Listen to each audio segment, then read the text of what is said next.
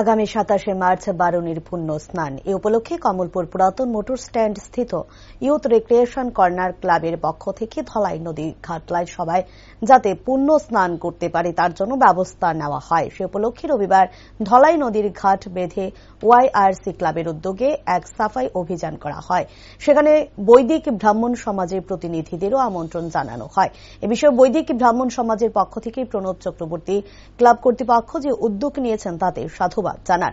তিনি বলেন ২৭শে মার্চ সকালবেলা গঙ্গা পূজার মাধ্যমে স্নান শুরু হবে, থাকবে প্রসাদের ব্যবস্থাও। ওই দিন যদি কেউ পূর্বপুরুষের অস্থি বিসর্জন করতে চান তাও করতে পারবেন বলে জানায় তিনি।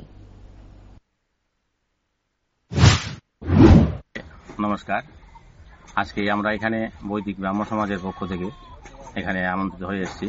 এখানে আজকে যে বিষয়টা হলো যে আগামী ২৭শে মার্চ বারুণী স্নান উপলক্ষে এখানে একটা অনুষ্ঠান হবে, যাতে পুণ্যার্থীরা এখানে স্নান করতে পারে তার ব্যবস্থা এই ওয়াইআরসি ক্লাবের উদ্যোগে এখানে সম্পন্ন হবে। তার জন্য একটা প্রস্তুতি হিসাবে ওনারা কাজকর্ম শুরু করেছেন এবং আমাদেরকে আহ্বান করেছেন।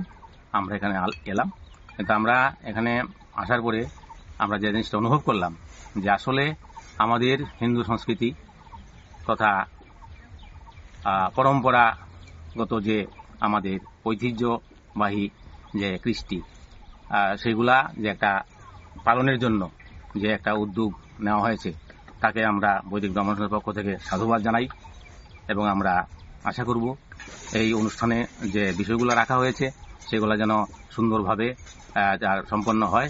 ক্লাবের যারা উদ্যোক্তা রয়েছেন তাদের কাছে